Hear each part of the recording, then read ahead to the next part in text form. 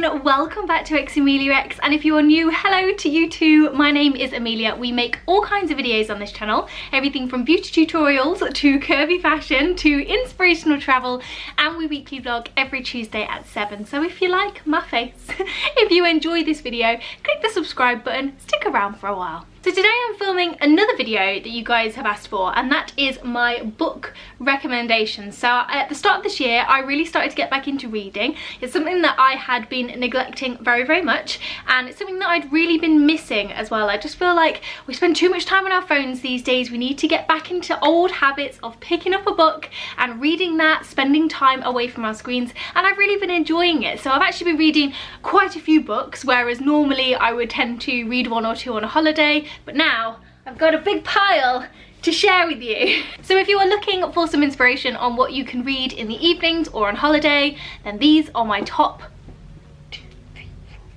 6 books. So first of all, we have a bit of a silly one, but I'm a massive Alan Partridge fan, and I don't normally read biographies or autobiographies. I'm a fiction girl normally. However, I got bought I, Partridge, which is Alan Partridge's biography, but not. Actually, is this a biography or an autobiography? I'm really not sure. It's very confusing because those of you who don't know, Alan Partridge is actually a fictional character, but this is written like a biography, autobiography, and it's very funny. It's even got random pictures on the inside. It's literally, it takes itself so unbelievably seriously, and they do have the audiobook version as well, which I highly recommend listening to if you don't want to read this, because obviously it's Alan Partridge that's narrating it, and it's just like a little bit of an extension of his TV shows. But it's a really weird one because obviously he's not real, but he's writing it as if he is real. It's very funny. Second is a book called A Stranger in the House. Danger lies close to home. Dun dun dun. And it's another twisty, thrillery book. Very gripping. Really liked it. I was actually stood on a train platform and I saw an advert for it, and I was like, that sounds like my kind of book. The blurb reads, "Would you run scared from a happy home? You're waiting for your beloved husband to get home from work. You're making dinner, looking forward to hearing about his day." Very old-fashioned, but keep with it. "That's the last thing you remember. You wake up in a hospital with no idea how you got there. They tell you that you were in an accident. You lost control of your car whilst driving in a dangerous part of town. The police suspect you're up to no good, but your husband refuses to believe it. Your best friend is not so sure. And even you don't know what to believe." Da, da, da. It's very good. I'd highly recommend it if you like a twisty thriller. Easy to read, not too big, good holiday read. Next is a book that I have read, but I feel like my brain was so busy when I read it, which was the whole point of getting this book, that I don't feel like I really took it in, and it's only tiny, so I'm going to read it again.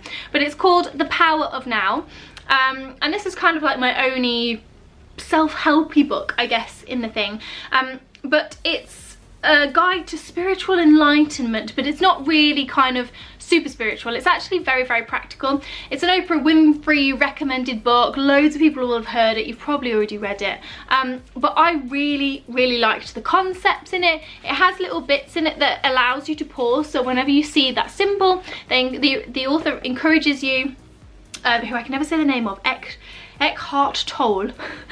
He always encourages you to then take a moment, put the book down, have a think about what you've just sort of read, and it's a really good one for making you think about how much you do actually spend time elsewhere worrying about things that you don't need to worry about. Yeah, I'd highly recommend everybody reads this one. Next is another book that I have given away to my friend, and I literally don't have anything to show you, but it's a book called Elizabeth is Missing. Now, my grandma had Alzheimer's, and it was really hard to deal with, especially towards the end. It's a horrible disease, and it really does shake up everybody around the person with Alzheimer's, including them as well. But this book is a book written from the point of somebody with Alzheimer's, and oh my goodness, it is just unbelievable. If anybody you know or any close family members have Alzheimer's, I highly recommend that you read the book Elizabeth is Missing.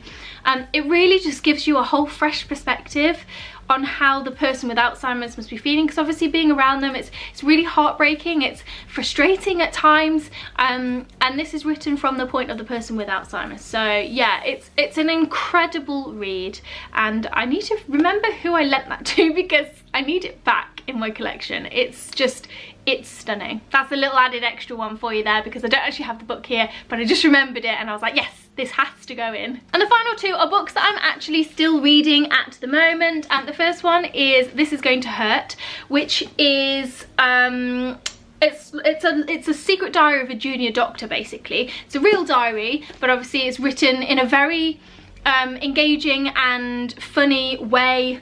It's amazing. It's heartbreaking at times. There really is sort of a melancholy mixture of life and death, and happy and sad and funny, and ooh, that's really hard to process. It's a wonderful, wonderful book, and the way this is written, honestly, I don't normally laugh out loud at things, even like comedy films or comedy TV shows. It takes a lot for me to laugh out loud because my soul is black as the night, but I laugh out loud every single chapter in this book. It's amazing, and again, it's a really nice short one, so it's a super quick one to pick up and read, but this is one of those books that I can just pick up whenever and just sort of delve into for a chapter, and then put down again. Although I am at the point with this book where I'm enjoying it so much that I actually don't want to read it because I don't want it to end. Does anybody else do that with books? No, it's amazing. I'd highly recommend this one, and I'm looking forward to delving a little bit further into it and also getting to the end. So please, no spoilers for anybody on any of these books, because spoilers are the freaking worst. And last but not least, another book that I am not even halfway through reading, but in the middle of reading. I found that I can read these two together because they're two very, very different books, and it depends on the kind of mood that I'm in as to which one I'll pick up. But this is called Eleanor Oliphant is Completely Fine. It was recommended to me by loads and loads of people. Funny, touching and unpredictable is the quote that's on the front, and I would say that's very, very right. I'm sort of that far in, so not very far in at all. I tend to read this in the bath, and it's very, very intriguing so far. I really, really like it. I actually got given this by Specsavers because I'm one of their Love Glasses ambassadors for glasses. Obviously I'm not wearing them right now because I'm not reading, and at Christmas time they sent us these books, and it was such a lovely, lovely gift. We should do this more often, because these were both actually books that people had recommended and I wanted to read but hadn't got around to buying. I think we should just randomly buy people random books as gifts, because it's so exciting. It's like a real lucky dip, sort of delving into a brand new book that you don't really know anything about. So yeah, I'm thoroughly enjoying this one, and loads of people recommend it, so I feel confident recommending it to you before I've finished it. And I also like the fact that they bought them in hardback for us.